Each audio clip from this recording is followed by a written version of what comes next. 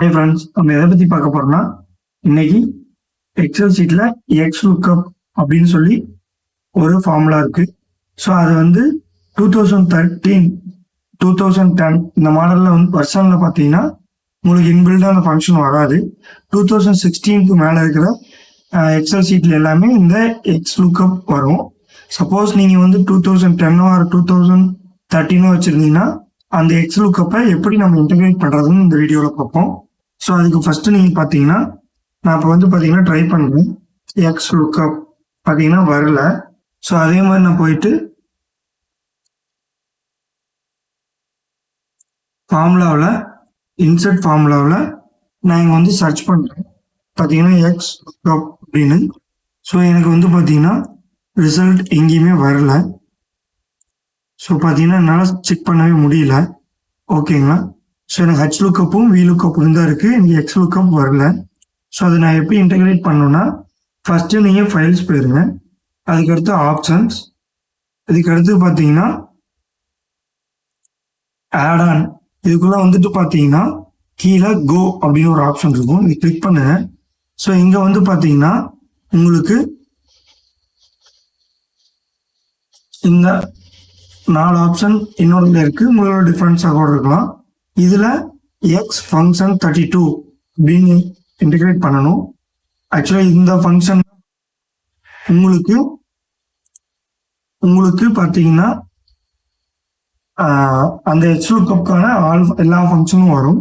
So அது வந்து பார்த்தீங்கன்னா நான் உங்களுக்காக அதை அன்இன்ஸ்டால் பண்ணி விட்டுருக்கேன். ஸோ அதனால் இப்போ பார்த்தீங்கன்னா லிஸ்ட்டில் இல்லை, இது மாதிரி தான் உங்களுக்கும் ஸ்க்ரீன் இருக்கும். ஸோ அதுக்கடுத்து பார்த்தீங்கன்னா ப்ரௌஸ் போகும். நீங்கள் அந்த ஃபைலை எங்கே காப்பி பண்ணி வச்சுருக்கீங்களோ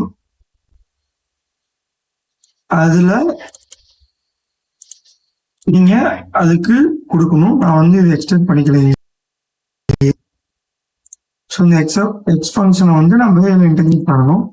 இப்போ பார்த்தீங்கன்னா இதில் கேட்குது, நான் பார்த்தீங்கன்னா டவுன்லோட்ஸில் ஃபஸ்ட்டில் எக்ஸ் ஃபங்க்ஷனில் நான் 32 யூஸ் பண்ணிக்கிறேன். ஆக்சுவலாக வந்து பார்த்தீங்கன்னா என்னோட எக்ஸல் ஃபைல் பார்த்தீங்கன்னா 32 பிட்டு. சப்போஸ் நீங்கள் இது 64 பிட்டாக இருந்தால் நீங்கள் 64 செலக்ட் பண்ணிக்கிங்க. நான் வந்து பார்த்தீங்கன்னா 32 பிட் செலக்ட் பண்ணிக்கிட்டேன். ஸோ இதை நீங்கள் செலக்ட் பண்ணோடனே பார்த்தீங்கன்னா அந்த ஃபங்க்ஷன் ஆட்டோமேட்டிக்காக செலக்ட் ஆகிடும். ஜஸ்ட் நீங்கள் ஓகே கொடுத்துருங்க. இதுக்கு அடுத்து பார்த்தீங்கன்னா இப்போ ஈக்குவல் Xlookup பார்த்தீங்கன்னா இப்போ ஆட்டோமேட்டிக்காக வந்துருச்சு. ஸோ நீங்கள் இப்போ 2013 ஆர் 2010 உங்களால் Xlookup ஃபங்க்ஷனை யூஸ் பண்ண முடியும்.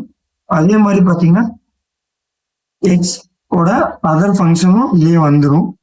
ஸோ நம்ம அடுத்த வீடியோவில் Xlookup எப்படி யூஸ் பண்ணுறதை பற்றி பார்ப்போம்.